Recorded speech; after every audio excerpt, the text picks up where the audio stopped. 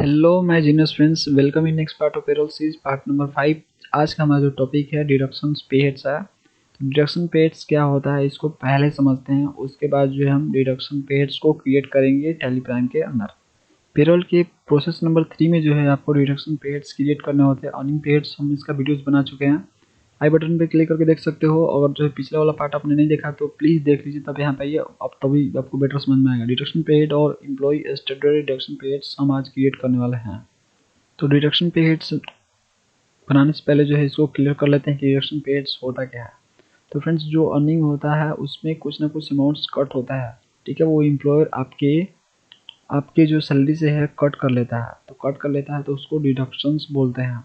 तो उसी पे हेड्स को हमको आज क्रिएट करना है, यानी हम सारे पे हेड्स बनाने वाले हैं जो डिडक्शन का रीज़न बनते हैं, जो मेन सैलरी में से डिडक्ट करते हैं। तो फ्रेंड्स चलिए चलते हैं हम। फ्रेंड्स, इस चार्ट को ध्यान से देखिए, इसमें जो है टोटली आपको शो किया गया है कि जो है यहाँ पे एम्प्लॉय का कितना डिडक्शन होता है एम्प्लॉय के द्वारा। जो आपका यहाँ पे जो ग्रीन कलर में दिख रहा है वो जो है आपका एम्प्लॉय का डिडक्शंस है, जो कि उसके सैलरी में से डिडक्ट किया जाता है। यहाँ पे देखिए पीएफ उसका जो है 12% कट होता है। और यहाँ पे जो आपको दिख रहा है ये कोरोना के टाइम का है, जो मंथ मई और जुलाई तक, मई से लेकर जुलाई तक के बीच का जो है ये रेट था। उसके बाद जो है ये रेट नहीं रहा, अब यही रेट है, अभी भी चल रहा है वही। और उससे पहले भी था, मई से पहले भी यही वाला था, और जो जुलाई के बाद भी यही वाला है। अब यानी हो गया है, यानी जो आपका ये रेट दिख रहा है सिर्फ ये जो है मई टू जुलाई के लिए ही था। उसके बाद जो है ये अप्लाई हो गया है, अभी भी यही है, ठीक है। तो इस पर आप फोकस करना है, इसको भूल जाइए आप। तो यहाँ पे देखिए ये जो एम्प्लॉय पीएफ कंट्रीब्यूशन कितना 12% है, ईएसआई एम्प्लॉयज़ कंट्रीब्यूशन 0.75% है। और उसके बाद एम्प्लॉय एनपीएस कंट्रीब्यूशन जो है 10 से लेकर 14% है, लेकिन 10 ही परसेंट जो है ज़्यादा यहाँ पे पॉपुलर है, तो उसको लेते हैं। 10% ज़्यादा ही कट होता है। ज़्यादा बार कंपनियाँ जो है 10% ही कट करती है, तो आपको भी 10% ही कट करना है। कंपनी डिसाइड करता है ये कितना वो कट करेगा, तो आपको भी वही लेना है। और आपने वीडियोस नहीं देखा है कि पीएफ क्या होता है, ईएसआई क्या होता है, ईपीएस क्या होता है, एनपीएस क्या होता है, तो प्लीज़ आई बटन पे क्लिक करके देख लीजिए, बेटर तरीके से समझ में आएगा। उसके बाद यहाँ पे आइएगा तो और बहुत बेटर तरीके से समझने वाला। चलिए फ्रेंड्स, इसको क्रिएट करते हैं। तो चलते हैं टैली के मेन स्क्रीन पे। तो हम टैली के मेन स्क्रीन पे आ गए हैं। तो जो डिडक्शन पे हेड्स को क्रिएट करने के लिए हम क्रिएट पे जाएंगे, क्रिएट पे जाने के बाद पे हेड्स पे जाएंगे।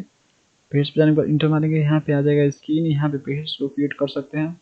हमने ऑलरेडी पेज को क्रिएट करके रखा है, क्योंकि जो है वीडियो लंबा हो जाएगा, तो ऑलरेडी मैंने बना के रखा है। तो हम उसको जो है देख लेते हैं किस तरह से हमने बनाया है और किसके अंडर में रख के बनाया है। तो देखने के लिए यहाँ पे जाएंगे, अल्टर पे जाएंगे। अल्टर पे जाने के बाद इंटर मारेंगे, इंटर मारने के बाद यहाँ पे पेज पे फिर जाएंगे, इंटर मारेंगे और यहाँ पे जाएंगे। और यहाँ से देखिए हम आपको बता रहे हैं पीएफ वाला, पहले पीएफ का चलते हैं। तो एम्प्लॉय पीएफ यहाँ पे है, देखिए 12% है एम्प्लॉय पीएफ कंट्रीब्यूशन। तो देखिए इसको कैसे बनाए हैं। पीएफ जो होता है 12% कट होता है एम्प्लॉय के सैलरी से, बेसिक सैलरी से जो है पीएफ 12% कट होता है। वो जो एम्प्लॉयर पर करता है और पीएफ अकाउंट में जमा करता है। इसको जो है आपको अंडर में रखना है employ statutory deductions, employees statutory deductions के अंडर रखना है आपको, क्योंकि उसके लिए डिडक्शंस है। और इस तरह से जो है एम्प्लॉयर क्या करता है, उसका डिडक्शन करता है। तो इंटर मारना है। उसके बाद जो है ये पीएफ अकाउंट नंबर 1 में इसको रखना है, क्योंकि पीएफ अकाउंट नंबर 1 के अंडर आता है। चार्ट्स आपको देखा है, उसमें देख लीजिए, सब क्लियर दिया हुआ है। करंट लायबिलिटी है एम्प्लॉयर के लिए, करंट लायबिलिटी ही है, क्योंकि जो पैसा वो रखता है जमा करने के लिए उसके पीएफ अकाउंट में, ठीक है, उसके लिए लायबिलिटी हो गया। इंटर मारेंगे। उसके बाद जो नेट सैलरी को अफेक्ट करवाना है, यहाँ पे नेट सैलरी को अफेक्ट करवाना है फ्रेंड्स, क्योंकि जो है सैलरी में से ही कटता है, तो सैलरी तो अफेक्ट करेगा ना, सैलरी में से कुछ अमाउंट कम हो जाएगा। इंटर मारना है। उसके बाद जो है प्रिंट क्या करवाना है, पे स्लिप पे या सैलरी स्लिप पे, तो हमको यही प्रिंट करवाना है। उसके बाद यहाँ पे कर्सर नहीं रुकेगा, क्योंकि जो है ये जो है कुछ फार्मूला पे काम करता है, मतलब कोई आधार मांगता है, ठीक है। वो आधार क्या है अभी बता रहे हैं आपको। नॉर्मल अर्निंग ही रखना है, इंटर मारना 1 के अराउंड में रखना है। वो देखिए फार्मूला यहाँ से शुरू हो जाता है। जो है आपको हम बताए थे कि इसमें जो ऑप्शंस है स्पेसिफिक फार्मूला का यूज करना है। और जैसे इंटर मारेंगे तो यहाँ पे ऐड पे हेड का ऑप्शन आएगा, आपको ऐड कर लेना है, बेसिक सैलरी ऐड करना है आपको, क्योंकि बेसिक सैलरी पे जो है कैलकुलेट पीएफ होता है, उसी के अनुसार होता है। अगर आपकी कंपनी डीए भी देती है अपने एम्प्लॉय को, डीए मतलब डियरनेस अलाउंस देती है, महंगाई भत्ता भी देती है, तो यहाँ पे उसको भी लेंगे, क्योंकि बेसिक प्लस टीए को जोड़ के जो है आपका जो है पीएफ करता है। तो है तो देंगे, नहीं तो नहीं देंगे। मेरा कंपनी नहीं देता है तो हम नहीं देते हैं। वहाँ पे जाइएगा काम करने तो आपको टोटली बताया जाएगा कि क्या क्या दिया जाता है और किसके आधार पे जो है आपको काटना है। तो नॉर्मली जो है आपका बेसिक सैलरी और डीए के जोड़ने के बाद जो 12% कटता है। इंटर मारना है, सिर्फ बेसिक सैलरी मेरी कंपनी देती है, बेसिक पे हम कैलकुलेट करेंगे, इंटर मारेंगे। तो यहाँ पे अगर डीए भी है तो आपको ऐड पे हेड पे क्लिक करना है और यहाँ से जो है डीए को सिलेक्ट कर लेना है। डी जो आपका अर्निंग पे हेड्स के अंदर बनता है तो वो होगा तो लेना है, हमको नहीं लेना है तो हम जो है इसके बैक स्पेस मारेंगे और इंड ऑफ लिस्ट मारते हैं। उसके बाद जो है यहाँ पे आएंगे 1 अप्रैल से अप्लाई कर देना है। हम यहाँ बोले हैं 0 से लेकर 15,000 के बीच जो है और सैलरी उसका रहेगा तो 12% पीएफ काट करना है। यही आपका रूल है गवर्नमेंट का, जिससे कि 15,000 से नीचे का सैलरी वाले का ही पीएफ आपको कट करना है। एम्प्लॉयर को ये जो है आदेश दिया रहता है। किसी किसी कंडीशन में ऊपर हो सकता है, तो यहाँ पे 12% है तो परसेंटेज यहाँ पे 12% लेंगे। हम यहाँ बोलेंगे कि 15,000 से नीचे उसका सैलरी है तो जितना भी सैलरी है उसका 12% कट कर देना है पीएफ के फॉर्म में। और यहाँ पे जो है 15,000 से ऊपर अगर सैलरी है तो यहाँ पे डायरेक्ट जो है फ्लैट रेट डाल देना है, जो कि है 1,800 रुपया डालना है। परसेंटेज इस पर नहीं सिलेक्ट करना है, क्योंकि जो है परसेंटेज सिलेक्ट करेंगे तो अमाउंट्स बढ़ जाएगा, यहाँ पे सैलरी बढ़ेगा तो उसका 1800 जो है 15,000 का 1800% सॉरी 12% निकाले हैं तो 1,800 आया। तो हम बोले ऊपर भी इनकम होगा उसका तो हम जो है 1,800 रुपये ही लेंगे। तो इस तरह से जो है आपका पीएफ कैलकुलेट होता है, बेसिक प्लस डीए। और डीए रहेगा तो, नहीं रहेगा तो सिर्फ बेसिक पे कैलकुलेट होगा। तो इसको इंटर मार के एक्सेप्ट करना है। ऐसे ही आपको भी फिल करना है। इसी तरह से पेरोल का प्रोसेस होता है। इंटर मारना है, इंटर मार के आपको एक्सेप्ट करना है, इंटर मार के हमें एक्सेप्ट करना है। अगला चलते हैं डिडक्शन पे हेड्स पे। तो एम्प्लॉय ईएसआई कंट्रीब्यूशन 0.75% से इंटर मारेंगे। इंटर मारने के बाद जो है आपको यही टाइप करना है, ऐसे ही टाइप करना है। तो ये जो है ईएसआई कटता है उसका एम्प्लॉय का जो है एम्प्लॉयर कट करता है ईएसआई के फॉर्म में। और इसको जो है यहाँ पे लिखना है एम्प्लॉय स्टैट्यूटरी डिडक्शन। ये भी एक टाइप का डिडक्शन है स्टैट्यूटरी एम्प्लॉयज का। इंटर मारना है। उसके बाद जो यहाँ पे आपको डायरेक्ट इसका फुल फॉर्म लिख देना है, जो कि होता है ईएसआई का फुल फॉर्म होता है एम्प्लॉय स्टेट इंश्योरेंस। इसको सिलेक्ट करना है इसमें से फ्रेंड्स, क्योंकि जो है ईएसआई रिलेटेड है। उसके बाद जो है यहाँ पे लाइबिलिटी ही सिलेक्ट करना है, क्योंकि जो उसके लिए लाइबिलिटी है, क्योंकि वो जो कट करने वाला 0.75% वो जमा भी करेगा, इसलिए उसको लाइबिलिटी है, उसको जमा करना है। तो उसके बाद जो है नेट सैलरी पे इफेक्ट करेगा, ऑफकोर्स करेगा, क्योंकि जो ईएसआई जो करता है नेट सैलरी पे ही करता है। कैसे करता है अभी हम देख लेते हैं उसको। तो इसको यस रखना है आपको, ठीक है, क्योंकि कम होगा सैलरी इससे। उसके बाद प्रिंट यही करवाना है, कंप्यूटर यही रहेगा, इस पे कर्सर आएगा ही नहीं, ठीक है। तो उस पर नॉर्मल राउंडिंग रखना है। देखिए जो पेरोल है आपका इस तरह से डिजाइन किया गया है कि आपको कुछ फिल ही नहीं करना होता है, कभी कभी ऑटोमेटिक आ जाता है। यहाँ पे देखिए कन्फ्यूजन सी नहीं, ऑटोमेटिक यहाँ पे एज कम्प्यूटेड ऑटोमेटिक हो गया, ठीक है। तो ये जो है इस तरह से डिजाइन उसको किया गया है, ठीक है। टैली प्राइम ने बहुत अच्छे से डिजाइन किया है। टैली ईआरपी में भी ये फीचर्स था। नॉर्मल राउंडिंग ही रखेंगे, वन रखेंगे। उसके बाद जो यहाँ पे स्पेसिफिक फार्मूला पे आएंगे, मतलब जो है हम डिसाइड करेंगे कि कैसे कैलकुलेट करना है। तो स्पेसिफिक फार्मूला डिसाइड करना है। स्पेसिफिक क्लिक करने के बाद आपको यहाँ पे इंटर मारना है। इंटर मारने के बाद जो है यहाँ पे आपको डालना है फ्रेंड्स। तो जो है जो जिसके बेस पे करता है ईएसआई उसको यहाँ पे डालना है। देखिए जो ईएसआई होता है बहुत ही कम रेट होता है उसका, इसलिए जो है काफ़ी जोड़ने के बाद भी कट करता है, होना चाहिए यार, ठीक है। तो बेसिक सैलरी यहाँ पे ले लेंगे, ठीक है। इंटर मारना है और देखिए किसके जोड़ने पे करता है। पेड्स और एक ऐड कर लेते हैं, कन्वेंस पे भी होता है और एचआरए ओवर टाइम डीए भी होता है। तो डीए हमारे जो कंपनी नहीं देती है, हमने नहीं बनाया है तो हम उसको ऐड नहीं किए। तो इसमें देखिए बेसिक सैलरी, कन्वेंस, एचआरए, ठीक है, house rent allowance, over time, इसको हम यहाँ पे ऐड पे क्लिक करके जो है ऐड कर सकते हैं। इस तरह से क्लिक कर सकते हैं, ठीक है। और भी अगर डीएनएस अलाउंस है तो आपको इस तरह से एक और ऐड कर लेना है। हमारी कंपनी जो है नहीं देती है, ठीक है, तो हम इसको सिलेक्ट नहीं कर रहे हैं। इंड ऑफ लिस्ट मारेंगे। उसके बाद जो यहाँ पे डेट डालेंगे कब से अप्लाई करना, तो हम बोले 1 अप्रैल से अप्लाई कर दो। उसके बाद एक परसेंटेज आपको डालना है, कितना परसेंट आपको कट करवाना है। तो हम बोले 0.75% कट करवाना है यार। तो इसमें जो है तीनों को जोड़ने के बाद बेसिक सैलरी, सॉरी 4 हुआ है ना टोटल, बेसिक सैलरी, कन्वेंस है, एचआरए और ओवर टाइम है, यानी चारों को जोड़ने के बाद आपको 0.75% कट कर देना है। तो इसको क्या करेंगे फ्रेंड्स, एक्सेप्ट करेंगे, इंटर मार के एक्सेप्ट कर लेंगे। इस तरह से ईएसआई का करता है। इंटर मार के एक्सेप्ट कर रहा है, इंटर मार के एक्सेप्ट किया मैंने। अगर आपका डिडक्शन पेड है employee NPS at the rate 10%, मतलब एनपीएस आपको डिडक्ट करना है, इंटर माना है।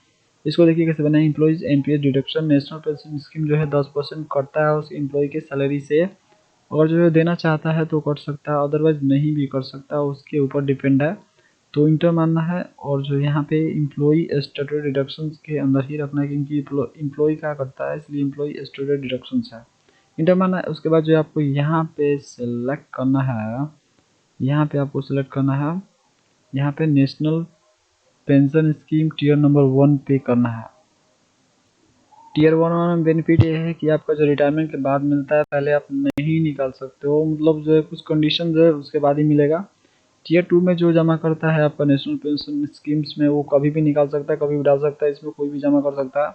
तो यहाँ पे ये टीयर 1 सेलेक्ट करना है आपको, और उसके बाद देखिए यहाँ पे करंट लायबिलिटी ही रखना है, क्योंकि एम्प्लॉयर के लिए जो है करंट लायबिलिटी है, क्योंकि उसको जमा करना है एनपीएस अकाउंट में। उसके बाद देखिए इसको नेट सैलरी कैलकुलेट करना है, क्योंकि सैलरी में से कटेगा तो सैलरी कम होगा, तो यहाँ से यस रखना है।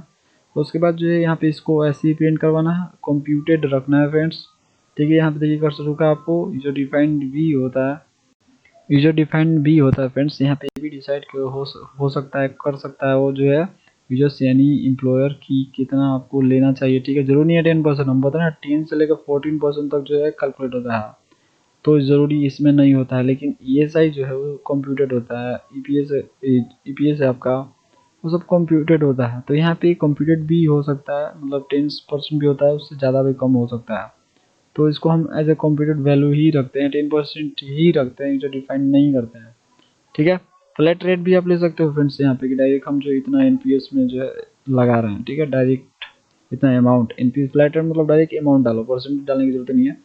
इंटर मारना है, as a computed value enter मारना है। उसके बाद जो नॉर्मल राउंडिंग रखना है फ्रेंड्स, इसको भी इंटर मारना है। उसके बाद जो है फॉर्मूला लगा देना है, किसके आधार पे जो है एनपीएस कटेगा, किसको मान के बेस जो है एनपीएस आपका कटेगा, तो हम बोले फॉर्मूला लगाते हैं, यहाँ पे लगा दिए हम बेसिक सैलरी, और डीए है तो डीए को ऐड करके भी जो है कटता है। तो यहाँ पे डीए मेरा नहीं है तो नहीं ले रहे हैं, बेसिक सैलरी सिर्फ एक है तो लेते हैं, और उसके बाद इंड ऑफ लिस्ट मारते हैं। उसके बाद देखिए फर्स्ट ऑफ से अप्लाई करते हैं, परसेंटेज डायरेक्ट डालना है आपको, 10% डालना है, ठीक है 10% डालना है, और इसको एक्सेप्ट करना है, कंट्रोल ए मार के, नहीं तो इंटर मार के एक्सेप्ट करना है, इंटर मार के एक्सेप्ट कर रहे हैं। अगला डिडक्शन पेड हमारा इनकम टैक्स है, इसको इंटर मारेंगे। इंटर मारने के बाद जो है यहाँ पे इनकम टैक्स ही रहने देंगे, इसको इसमें रखेंगे एम्प्लॉइज स्टैट्यूटरी डिडक्शंस, इसको भी ये डिडक्शंस में ही रखना है फ्रेंड्स, एम्प्लॉइज का डिडक्शंस है, इंटर मारना। उसके बाद जो इनकम टैक्स सेलेक्ट कर लेना है उसमें से, क्योंकि ये जो है इनकम टैक्स वाला जो है टैक्स है। इंटर मारना है, करेंट लायबिलिटी के अंडर रखना है, क्योंकि जो टैक्स काटेगा इनकम टैक्स कट करेगा तो जो है जमा करेगा ना। इंटर मारना, नेट सैलरी का इफेक्ट करेगा, हाँ क्योंकि जो नेट सैलरी से तो कटेगा, ठीक है। और जो इनकम टैक्स इसमें रखने देंगे, ऐसे ही प्रिंट करवाना चाहते हैं इनकम टैक्स के नाम से, इंटर मारना। उसके बाद जो मंथ वाइज जो है मंथली कट करना चाहते हैं, डेज वाइज कट करना चाहते हैं, तो हम बोले कैलकुलेट करें, ठीक है, कैलकुलेशन पीरियड रखते हैं मंथ्स, ठीक है। तो यहाँ पे मंथ हम लोग सिलेक्ट कर लेंगे, मंथली जो है टैक्स जो है कट जाएगा, और उसके बाद एक्सेप्ट करके इंटर मारना है। देखिए यहाँ पे अपवर्ड राउंडिंग होता है इसका, जो इनकम टैक्स का राउंडिंग होता है आपका, वो जो है अपवर्ड राउंडिंग होता है, वो ऊपर की ओर करता है, ठीक है, नीचे नहीं करता, वो ऊपर बढ़ा देता है, ठीक है, और पैसा बढ़ा के लेगा, कम नहीं ले सकता वो।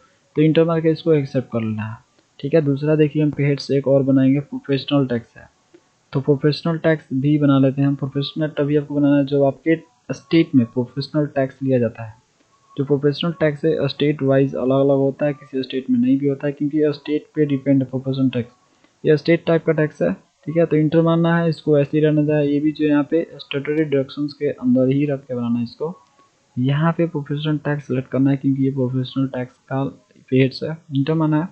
इंटर मारने के बाद यहाँ पे आपको रजिस्ट्रेशन नंबर डालना है, यानी जो पेड्स में जैसे प्रोफेशनल टैक्स कट कर रहे हो, तो आपने जो रजिस्टर करवाया होगा प्रोफेशनल टैक्स वाले से, मतलब गवर्नमेंट से करवाया होगा कि आप प्रोफेशनल टैक्स भी कट कर रहे हो, जमा कर रहे हो, तो आपको रजिस्ट्रेशन करवाने में जो रजिस्ट्रेशन नंबर मिला होगा उसको यहाँ पे टाइप करना है। तो ये एम्प्लॉयर आपको देगा, वहाँ पे जाओगे जहाँ पे आप काम करने, तो वो जो ऑटोमेटिक आपको देता है, तो उसको फिल कर देना, इसके लिए आपको स्ट्रेस नहीं लेना है, रजिस्ट्रेशन नंबर वो देता है, इंटर मारने के बाद यहाँ पे करंट लायबिलिटी ही सिलेक्ट करना है, क्योंकि वो जो है जमा नहीं रखता है, उसको जमा करने के लिए रखता है। इंटर मारना है, उसको नेट सैलरी को पेड करना है, क्योंकि नेट सैलरी में से ही कटेगा, तो इसको यस करना है।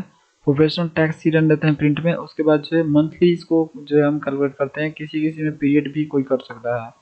पीरियड क्या होता है फ्रेंड्स, मतलब कोई लिमिट दे दिया है, जैसे कि 1 तारीख से लेके जो है 10 तारीख के बीच, चाहे ऐसा भी बोल सकता है कि 3 महीना का दो, ठीक है ना। पीरियड वो डिसाइड होता है। पीरियड मतलब एक टाइम, ठीक है, बीच का एवरेज कुछ भी हो सकता है। तो हम बोलें कि मंथ वाइज ही जो है हमको जो है प्रोफेशनल टैक्स कट करना है। उसके बाद जो है इसको राउंडिंग लगेंगे, नॉर्मल 1 रख देंगे। उसके बाद यहाँ पे करेंट अर्निंग लेंगे। यहाँ पे फ्रेंड्स आपको सिलेक्ट करना है ऑन करेंट अर्निंग टोटल, मतलब टोटल जितना भी अर्निंग एम्प्लॉइज का है सबको जोड़ने के बाद उस पर जितना अमाउंट बनेगा उसका परसेंटेज, चाहे जो भी अमाउंट है उसका कटने वाला है, ठीक है। तो यहाँ पे टोटल अर्निंग ले लेना है आपको ऑन करेंट अर्निंग टोटल पे, ठीक है। यही आपका सही तरीका है, इसको लेना है आपको, फर्स्ट अप्रैल से अप्लाई कर देना है। और देखिए यहाँ पे अलग अलग स्टेट का है तो उसका रेंज भी अलग अलग होगा, ठीक है। जो यहाँ पे लिए हैं 0 से लेकर 5,000 है तो कोई टैक्स नहीं लगेगा, 0। 5,000 से लेकर 8,000 के बीच का है तो 60 रुपये लगेगा। और 8,000 से लेकर यहाँ पे टोटल 10,000 तक है तो 100 रुपये लगेगा। तो सारा स्टेट का अलग अलग होता है फ्रेंड्स, तो उसको आपको डाल लेना। अगर आप अपने स्टेट में होते तो गूगल पे सर्च मार लेना कि professional tax in this state, जो भी स्टेट का नाम है उसको टाइप कर देना, वहाँ पे आ जाएगा आपको। तो वहाँ पे देख के आपको डाल लेना है, मंथ वाइज डाल लेना है। जैसे बिहार में हम बताते हैं, जैसे बिहार का रेंज है 0 से लेकर 3 लाख, कोई टैक्स नहीं है। पर एनम बता रहे हैं, ठीक है, मंथली नहीं बता रहे आपको, पर एनम बता रहे हैं। 0 से लेकर 3 लाख तक प्रोफेस अगर आपका है तो आपको उसके लिए कोई टैक्स नहीं है। और 3 लाख से ऊपर का, 3 लाख से लेके आपका 5 लाख है तो उसमें ले रहा है 1,000 रुपया लेगा।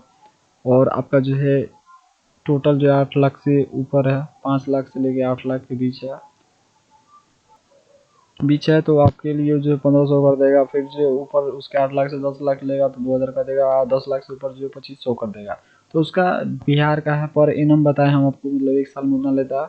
तो यहाँ पे मंथ वाइज जो है मैंने किसी स्टेट का उठाया, शायद लग रहा है हमको किसी स्टेट का होगा फ्रेंड्स। मैंने ऐसे ही रेंज के लिए ले लिया यहाँ पे, ठीक है ना, किसी भी स्टेट का हो सकता है ये।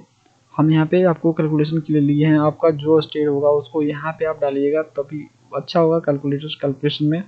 इंटरमार्क इसको एक्सेप्ट करना है तो आपको अपने स्टेट का डाल देना है फ्रेंड्स। हम यहाँ पे एक रेंज डाले हैं, 15,000 तक सैलरी, बेसिक सैलरी है उसका। तो जो है ऊपर है उसका 15,000 से ऊपर है तो 200 हम कट करवा रहे हैं, ठीक है। 15,000 से ऊपर जितना भी होगा हम 200 ही उसका टैक्स कट करेंगे।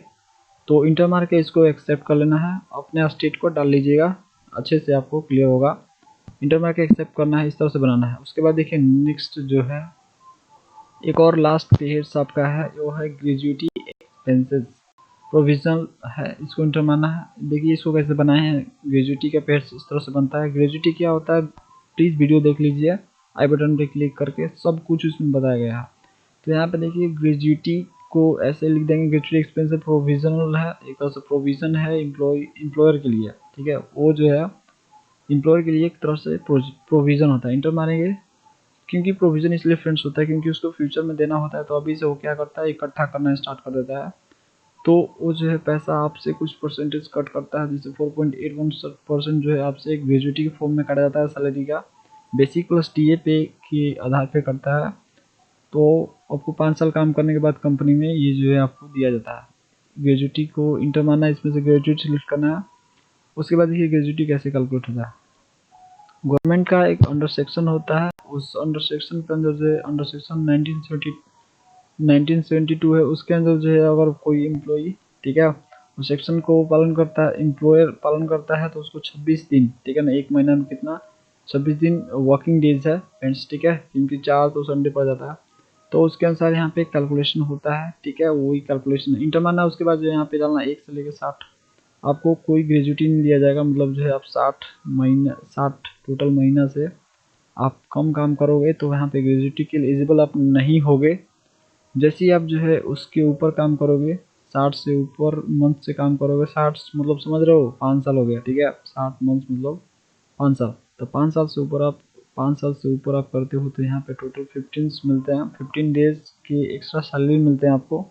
यानी आपको एक साल में जो है 15 दिन का एक्स्ट्रा सैलरी आपको दिया जाता है। एक फॉर्मूला होता है फ्रेंड्स, हम वीडियोस में बताए हैं अच्छे से, ठीक है, प्लीज़ वीडियो देख लीजिए वो फॉर्मूला कैसे काम करता है। तो 15 डेज का आपको सैलरी दिया जाता है एक साल का, ठीक है, एक साल का 15 डेज का एक्स्ट्रा सैलरी। तो उसके अनुसार ग्रेजुएटिव कैलकुलेट होता है, कर वो देखिएगा तो क्लियर समझ में आ जाएगा। उसके बाद 15 उसके ऊपर भी जो है 15 ही होगा, 15 डेज ही होगा, उसका उतना ही सैलरी मिलता है, ठीक है। और इंटर मार्केट इसको एक्सेप्ट करना है, प्रोविज़न को सिलेक्ट करना है इसमें से, ठीक है। तो इंटर मारना है, इंटर मारना है, इसके बाद एक आपको एक्सेप्ट कर लेना है। यहाँ पे राउंडिंग नॉर्मल ही लेना है, इंटर मारना है, एक्सेप्ट कर लेना है। इंटर मार के एक्सेप्ट कर लिए। तो यहाँ पे जितने भी एम्प्लॉय के डिडक्शन थे सारे हमने पेड्स क्रिएट कर लिए हैं। जो नेक्स्ट वाला पार्ट होगा वो एम्प्लॉयर का होगा, यानी एम्प्लॉयर कंट्रीब्यूशन का हम जो है पेड्स क्रिएट करेंगे। तो फ्रेंड्स आपको जो है न्यू वीडियोस चाहिए टेली प्राइम का, तो प्लीज़ जो है सब्सक्राइब कर लो और ऑल पे क्लिक कर लो नोटिफिकेशन ऑन करने के बाद, तभी आपको न्यू वीडियोस मिल पाएंगे मेरे। Thanks for watching.